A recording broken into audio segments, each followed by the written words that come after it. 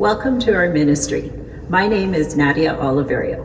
As an extraordinary minister of Holy Communion, your role is to serve the body and blood of Christ to God's people with reverence.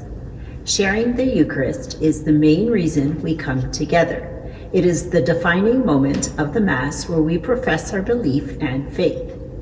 In serving as a Eucharistic minister, you are making a true connection with the members of the community. This ministry allows you to be in union and communion with God and one another in a very special way. Before serving at Mass, an Eucharistic minister must go through a 3-step process.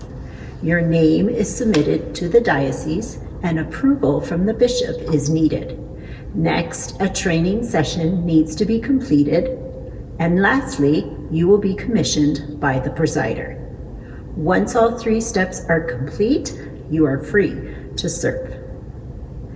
Here are a few important things to remember when serving as a Eucharistic minister.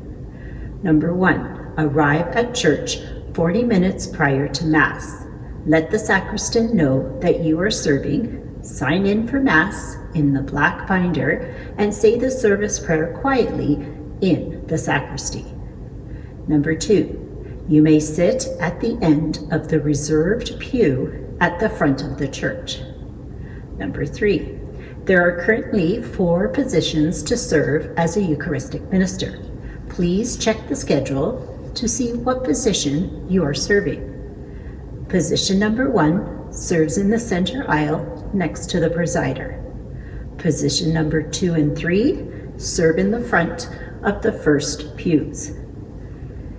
Number 4 serves the choir, the mezzanine, and the chapel. Number 4, to prepare for serving communion, approach the altar after the presider has consumed the body and blood of Christ. All 4 Eucharistic ministers will stand in a line on the side of the altar. Once communion has been given to you, sanitize your hands thoroughly before receiving the ciborium and proceed to distribute to the congregation. Communion can be received on hands or by tongue. The Eucharistic minister will say, "Body of Christ."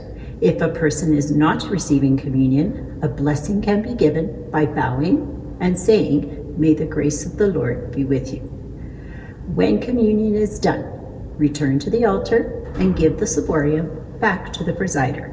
Sanitize your hands once again, and then you are able to return to your seat. The coordinator of this ministry will create a 6-week schedule, which will be emailed to you so you know ahead of time when you will serve. Thank you for your interest in our ministry.